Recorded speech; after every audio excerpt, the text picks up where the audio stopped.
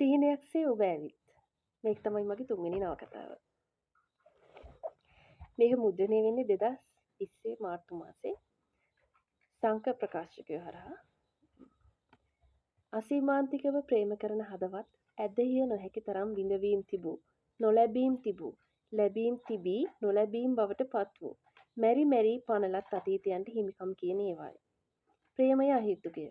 ඔබ සහහිතුකය. ඔබේ ආගමනය සරලය. ආඩම්බරය විරලය. මගේ උමතුව පදනම් විරහිතය. මම ඔබට පෙම් කරන එක අනන්තා පරයන්තය. ඉතින් මේ අනන්තා පරයන්ත වූ ආදරයක් ගැන ලියවිච්ච මේ කතාවේ ප්‍රධාන චරිත දෙක තමයි තේජාන් සහ අර්චනා කියන්නේ. අර්චනා තේජාන් කියන්නේ කවුද කියලා මම ඉස්සෙල්ලා කියන්නම්. තේජාන් කියන්නේ ලෝය කෙනෙකු.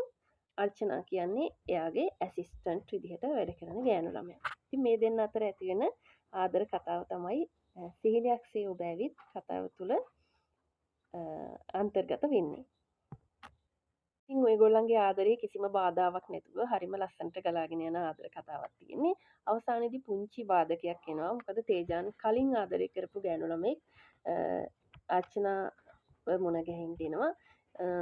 ඉතින් ඒ වගේ පුංචි සිද්ධියක් තියෙනවා. ඒක තමයි ඒගොල්ලන්ගේ ආදර කතාවේ තියෙන එකම බාධකය. ඉතින් ඒ බාධකයක් මැඩගෙන ඒගොල්ලෝ ආදරය කරනවද එකතු වෙනවද කියලා කතාව කියවලා තමයි බලන්න වෙන්නේ. ඉතින් කියවපු අය මේකේ පොත් නම් දැනට හොයාගන්න නෑ. මේවා සේරම මුද්‍රණය ඉවරයි. මුද්‍රණය කරලා තියෙන පොත් ඉවරයි. කියවලා තියෙන අය මේ වීඩියෝ එක බැලුවොත් ඒක දකින්න ලැබුණොත් කමෙන්ට් එකක් දාගෙන යන්න පොත මොන වගේද කතාව මොන වගේද කියලා. බොහෝ පාළු රාත්‍රීන් වල මට ඔබගේ ප්‍රේමය අඩුවක් නැතිවම සිහියට නැගී. මා නුඹව නිරන්තරයෙන්ම විඳින්නේ එවැනි රාත්‍රීන් වලයයි මට දැනේ. මගේ ඇස් විතරක්ම නොවේ.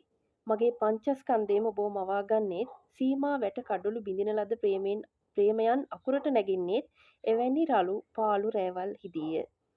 වියපත් රැවුල් කොට අතර වූ මධ්‍ය ප්‍රමාණයේ තොල් කට්ටලයට කොපමණ බොළඳ වෙන්නට හැකිදැයි පෙන්වීමම රොමෑන්ටික භවයේ ප්‍රමාණාත්මකතාවය පෙන්වන මිනුම් දණ්ඩකි.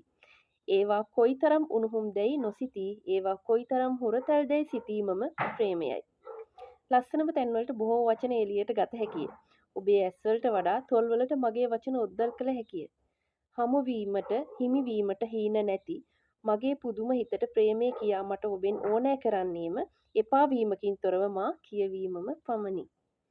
ආදරණීයම හැඟීම් දැනීම් ඇතිවන බොහෝ වෙලාවන්හි ඔබටත් එවන් දැනීම් ඇතිවෙන බව හැඟේ. අවුරුද්ද